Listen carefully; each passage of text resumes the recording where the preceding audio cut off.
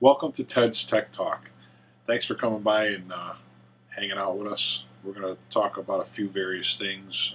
Mark's going to ask me some questions and I'm going to answer. So this is off the cuff, a little bit more relaxed and no rehearsal, so bear with us. Okay. Alignment's a critical component in any build. Um, and the alignment's going to be geared toward the type of use.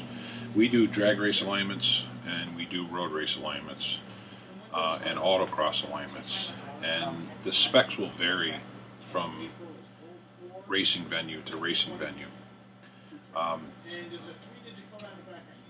we'll set, for a street driven car, your main concern with an alignment is that it doesn't pull left or right and it doesn't wear out your tires. The specs can be pretty wide and still achieve that, not have a pull and not have you wearing the tires out. They got to be pretty far out of alignment before that'll do that. So most people don't know whether alignment's good or bad because it doesn't give you any real direct indication. When you visit an alignment shop and you pay $75 for an alignment, they're basically making sure it's in the green window, and the green window is pretty wide. We do an alignment, we set them to a specific specification within 1/10 of a degree. So we're keeping very, very, very tight tolerances. We do a drag race alignment. We might run a zero camber. Camber is the top of the wheel tipped in and out. But we might run a lot of caster. Caster is like the forks on a motorcycle. So the further out the forks are, the more tendency for the wheel to return to the straight position, because when you turn the forks, the bike lifts and then it drops, and lifts and it drops. Well, it's the same thing on your front wheels on your car. So we might run 6-7 degrees of caster in a drag car and a near zero camber. So we're not trying to go around corners, so we don't care about the tire rolling under, and we might run very, very close to a zero toe because we don't want any drag. If the tires are towed in, you're going to get drag and resistance. So we'd get done with a drag race alignment on the concrete floor in the shop. You could push the car with one hand and it'll roll because there's no resistance. Where a road race car, you struggle a little bit because we run a lot of camber. We tip the top of the wheels in, so when you go around a corner, the bottom of the tire lays flatter, give you more traction.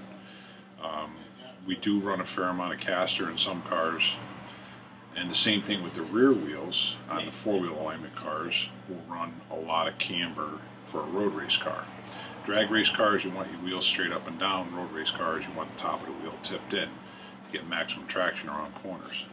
Kind of the same thing in an autocross situation. Then you get into corner weighting. So people say, what's corner weighting and why do I need that? We put 4 individual scales under the wheels, we put the driver's weight in the car, and then we try to balance out the car so it puts equal pressure on the rear tires in a drag race application. We don't much care about the front too much, we're just more concerned about how much weight is on each rear tire, because most of the drag cars have what they call a spool, where left and right wheels are locked together and there's no differential. So if one tire had more weight on it than the other, the car will, if the right rear tire had more weight and you spin in the tires, the car will go to the left, and vice versa. If it had more weight on the driver's side, which it normally does with a driver in the car, it will want to go right when you leave the starting line. So by adjusting the spring rates in the back and the front, we can get them within 1 or 2 pounds left to right. And then we're concerned about front to rear weight. That affects the traction and weight transfer. We try to be right around 50-50 if possible. Not always achievable since the engine's in the front of the car. So a good drag car is typically a little over 50% in the front and in the high 40s in the back. That's how we do weighting. And the best way I found to do that, and the way I've always done it for over 30 years, is I want to know the weight of the car, and I want to know the horsepower of the car, and I want to know what venue you're going to be running it in. Okay, so in a drag race application, it's really simple. If you know the weight and you know the horsepower of the engine, you know what the maximum mile an hour that car is going to turn in a quarter mile. Okay, so then you just do a little bit of math. Let's say the car is going to go 125, okay, and we want our peak RPM to be 6,500. We calculate the tire size, the engine RPM, and then come up with a gear ratio that's going to make the car go 125 at 6,500 RPM. That way we can use all of the power available within the quarter mile to accelerate the car. Now, does your build affect the gear ratio that you choose as far as like different style superchargers or how the setup is? Not really. Okay. The main thing is how much horsepower does it make, how much does it weigh, what's the maximum speed I can achieve in the quarter mile.